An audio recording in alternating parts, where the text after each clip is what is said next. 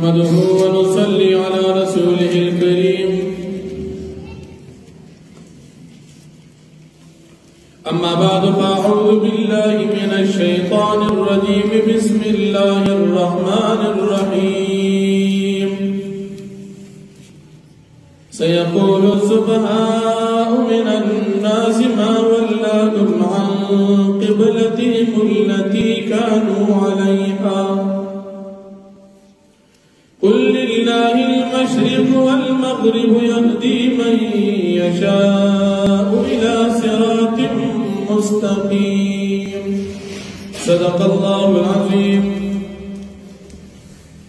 سورة بقرة دویمه پارا یو سل وختم نمبر آیت دی. د دې رکوع د مخکې رکوع سره ربط او مناسبت دا دی چې په مخکې رکوع کې ابراهیم علیه السلام د ملت فضیلت بیان شو او د هغې انکار کمعقلتوب صفاحت او بې وقوفي بیان شو. په دې رکوع کې د ابراهیم علیه السلام چې کومه قبله وه بیت الله شریف د هغې فضیلت ذکر کیږي او د بیت الله شریف د فضیلت د انکار کوونکو صفاحت کمعقلتوب او بې وقوفي ذکر کیږي. نبی کریم صلی الله علیه وسلم چې کله د مکې مکرمې نه مدینې منورې ته هجرت وکړو په پنځم د ربیع الاول د مکې مکرمې نه روان شو او په 12 د ربیع الاول مدینې منورې ته ورسېدل. بیا نبی کریم صلی الله علیه وسلم ته حکم وشو چې ته په مدینه منوره کې لمونځ بیت المقدس طرف ته کوه. تر د 15 رجب پورې نبی علیہ السلام بیت المقدس طرف ته لمونځ کوه. دا تقریبا 14 میاشتې صد پاسا نبی علیہ السلام بیت المقدس نمونس کو. یا نبی کریم صلی اللہ علیہ وسلم مبارکی یہودیان او مشرکان اعتراضات شروع. اللہ رب العالمین نبی کریم صلی اللہ علیہ وسلم تا خبرداری ورکه چې دا کمعقل خلق به اعتراض کوي په تدریب اعتراض باندې پروا مه کوه. دا آیاتنا اللہ رب العالمین نازل کړ. صد پاسه 14 میاشتې نبی علیہ السلام بیت المقدس ته لمونځ وکړو. د هغې نه بعد د نبی کریم صلی الله علیه وسلم تمنا آرزو دا وه چې ما ته دا بیت الله شریف د لمانځه حکم ملو شي، ځکه بیت الله شریف دا په مخ د ځمکه اولنی کور دی. د ځمکې بنیاد د بیت الله نشوي او د آدم علیه السلام نه واخله تر د ابراهیم علیه السلام پورې د ټولو پیغمبرانو قبله هغه بیت الله شریف کعبه وه. یا چې کله موسی علیه السلام راغی د موسی علیه السلام نه تر د عیسی علیه السلام پورې د پیغمبرانو قبله هغه بیت المقدس مقرر شو. بیا چې کله نبی کریم صلی الله علیه وسلم په مکه مکرمه کې د هجرت نه وړاندې نو نبی علیه السلام په لمونځ بیت الله شریف ته کوو. او بیا کتابونه لیکي چې د رکن یمانی او د حجر اسود ترمنځ چې کوم دیوال دی دې ته به نبی علیه السلام لمونځ کوو نو مخ به بیت الله ته او د دې په برابرۍ کې به مخ بیت المقدس ته. خو چې کله هجرت وکړو د هجرت نه بعد ورته حکم وشو چې لمونځ بیت المقدس ته شروع کړه.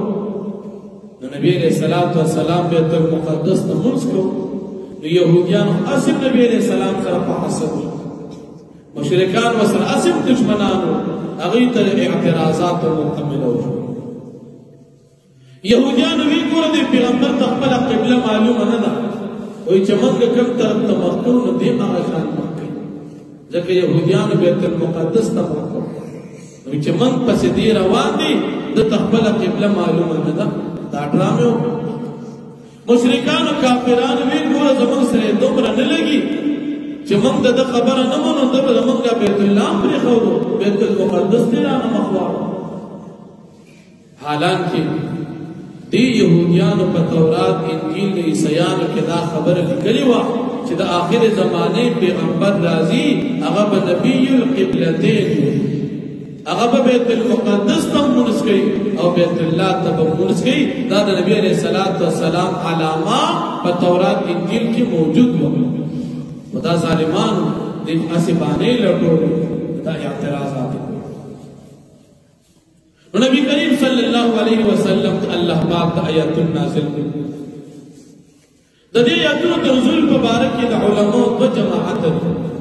یو جماعت وایي چې نبی علیہ السلام لا بیت الله ته بیت المقدس ته مخ اړولې نه وي الله پاک په مخ کې وحی وکړه چې ګوره ته به بیت المقدس ته مخ کې او د هغې نه بعد بیت الله ته مخ کې نو خلک به په تا اعتراض کړي دا به کلمه کوي مخکې ورته خبره وکړه او دیم جماعت د علماء وایي چې نه نبی علیہ السلام ته کله د تحویل د قبلې حکم وشو د هغې نه بعد ورته الله پاک خبرداری ورکړو چې دا کمقل خلق دي دی اعتراض کوي او ته پروا مه کوه ته د الله پاک تابع او دا ناپوه یو کمقل نبی کریم صلی الله علیه وسلم د الله بنده او رب العالمین مالک او مالک چې کله خپل غلام او خپل بنده ته د کومې خبرې حکم کوي دی بې مني دا تابعدار اول نو ته حکم بیت الله ته مخ کوه بیت الله ته مخ کوه بیا حکم شو بیت المقدس ته مخ کوه بیت المقدس ته مخ کوه بیا حکم شو بیت الله ته مخ کوه بیت الله ته حکم بیت الله ته مخ کوه دا د تابعدار بنده کمال او نبی علیہ السلام د الله پاک په کامل طریقې سره تابعدار الله پاک چې ورته کوم طرف ته یادو هغه طرف ته به مخ کوه نو په دې کې د اعتراض ضرورت نشته بیا وكذلك جعلناكم أمة وسطا لتكونوا ده نبي كريم صلى الله عليه وسلم ده أمة فضيلت الله پاک ذکر کوي کله چې د قیامت ورځ الله پاک په پیغمبرانو نه تپوسونه کوي چې تاسو د خپل امتیانو ته د دین مهنت کړو دین مو رسول کنو مو رسول دا امتیان په انکار کې چې موږ ته څوک راغلي نو موږ ته چا دین نه دی را رسول الله پاک پر دې پیغمبرانو ته تپوس کی چې تاسو دې خپل پیغمبرانو ته دین رسول تاسو سره دلیل شته دا پیغمبران با د نبی کریم صلی الله علیه وسلم امت یاد کی چې دې زمانه لپاره گواهان دي نبی کریم صلی الله علیه وسلم امت بعد دې پیغمبرانو په حق کې گواہی ورکړي چې دې پیغمبرانو دین رسول دي او دې امتونه یې منلي نه دي او بیا د نبی کریم صلی الله علیه وسلم د امت په حق کې با نبی علیہ الصلوۃ والسلام په خبر گواہی ورکړي چې زموږ د امت دا خبر رښتیا کړي او د امت په نبی علیہ السلام وایي چې موږ ته زموږ پیغمبر ویلو چې مخکنو پیغمبرانو خپل امتونو ته دین رسول لیکن هغه انکار کړو امتا وسطا لتكونوا شهداء على الناس بل دا امت نبی علیہ السلام د اعتدال یهودیانو هغه د پیغمبرانو تنقیس کو د پیغمبرانو توحید کو پیغمبران به شهیدان کول د پیغمبرانو به عزت وکړو او عیسایانو هغه به د پیغمبرانو د خپل مرتبه نه زیات عزت کو لکه عیسی علیه السلام له خدای مرتبه ورکړو هغه په محبت کې ډیر زیات تلو نبی کریم صلی الله علیه وسلم امت دا اعتدال نه د يهوديانو پشان چې د پیغمبرانو بدنامي بیزتی قتل او داغي ګستاخی کوي او نه د عیسایانو پشان چې د پیغمبر د مرتبین اوچتي او د خدای درجه ته رسي دا اعتدال د نبی علیہ الصلوۃ والسلام امت بیا چې نبی کریم صلی الله علیه وسلم بیت المقدس په ځای وته حکم وشو چې اوس د منځ وکا بیت الله طرف ته نبی دې مشرکان او کافران اعتراض وکړ چې دا کوم ملګري بیت المقدس ته د مانځه په دوران کې وفات شوي او بیت الله ته مخ کړي نه دي، د هغې انجام څنګه شو؟ هغې منځونه شوي دي که نه دي شوي؟ الله رب العالمین آیت نازل کړ وما كان الله ليضيع ایمانکم، الله پاک ستاسو منځونه نه ضایع کوي. د الله په حکم باندې مونځ بیت المقدس ته شوي دا هم صحیح، د الله په حکم باندې مونځ بیت الله ته شوي دی دا هم صحیح دی. دا مونځ الله پاک قبلوي ځکه مقصود د الله تابعداري ده، که هغه حکم د بیت المقدس او که هغه حکم د بیت الله شریف. نو الله رب العالمین فرمایي سيقول السفهاء زرد چې وایي به بیوقوفان من الناس د خلقنا ما ولاهم کوم څیز واړو د پیغمبر علیه السلام او د دې ملګرو لرا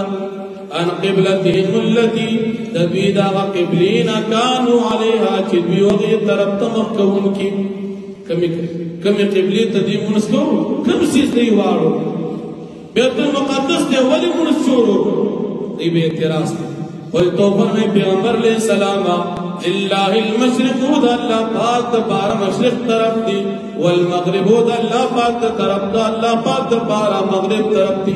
دا اللہ پاک مخلوقات دی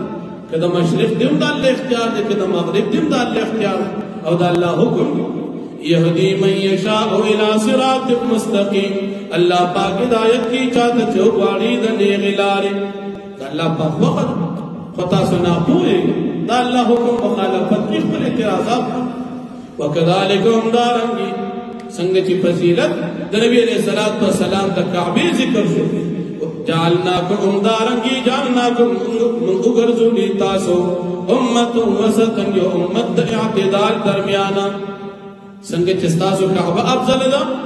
څنګه چې تاسو ملت افضل دي دارنګ تاسو امت هم افضل ده. په تمام امتونو کې د نبی کریم صلی الله علیه وسلم امت افضل امت او د دینه معلومه دا شو چې د نبی کریم صلی الله علیه وسلم امت دا په حق باندې جمع کیږي په گمراهی باندې نه جمع کیږي. د دې آیتنا علماء دلیل نیولې دي د امت مسلمه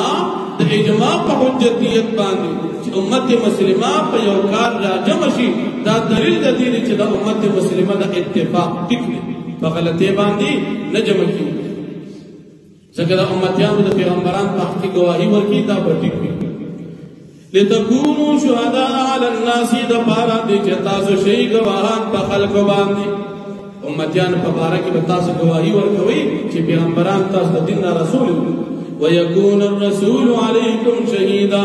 او چې به پیغمبر علیه السلام په تاسو باندې شهیدن ګواه پیغمبر بستاسو په باره کې وایي چې بالکل زما امتیانو تاسو ټیک خبره وکړه دی پیغمبرانو دین رسول. وما جعلنا القبلة التي كنت عليها او موږ نه د ګرځولې هغه قبله كنت عليها چې ته وې په هغې باندې بیت الله شریف الا لنعلم مگر دپاره دی چې موږ جدا کړو من یتبع الرسول هغه چا لره چې تابعداري کوي د پیغمبر په کار او په معامله د بیت الله شریف د قبلې کې ممن دا چانا ينقلب على عقبيه چې دی اوړي په خپلو پندو باندې د چا د بیت الله سره مینه ده او د بیت المقدس د مانځه حکم شو نو په دې ځای کې به دی اوس ګورو چې دی اوس الله مني که دی خپله مینه مني نو که خپله مینې بیت المقدس ته مخ کوي نه او بیت الله ته مخ کوونکي پاتې شي او که د چا د بیت الله شریف سره مینه نه ده د بیت المقدس سره مینه ده لکه د یهودیانو چې کله حکم وشو چې تاسو مونځ وکئ بیت الله شریف ته دا یهودیان که چېرې الله مني دوی به تا سره مخ بیت الله ته واړي او که نه خپل شوق او خپل مینې وي خالي د خپل بیت المقدس سره بیا په دغه ځای کې به الله ونه مني. ممن دا چانه ينقلب على عقبيه چې دی اوړي په خپلو پوندو باندې وإن كانت لكبيرة او یقینا دا کار خامخا ګران دی الا على الذين هدى الله مگر پاکستان باندې چې الله پاک ته هدایت کړي. وما كان الله نذل پاک ليضيع ایمانکم د پاره دی چې ضایع کړي ستاسو منځونه. ایمان نه مراد منځ دی ایمان په عبادت او هم عبادت منځ ذکر ایمان مراد دی منځ ان الله بالناس لرؤوف رحیم بیشک اللہ پاک دی پخل کو باندی لرؤوف خامقا دیر جات مہربانا رحیم دیر رحم کون کے ذات واقع دعوانا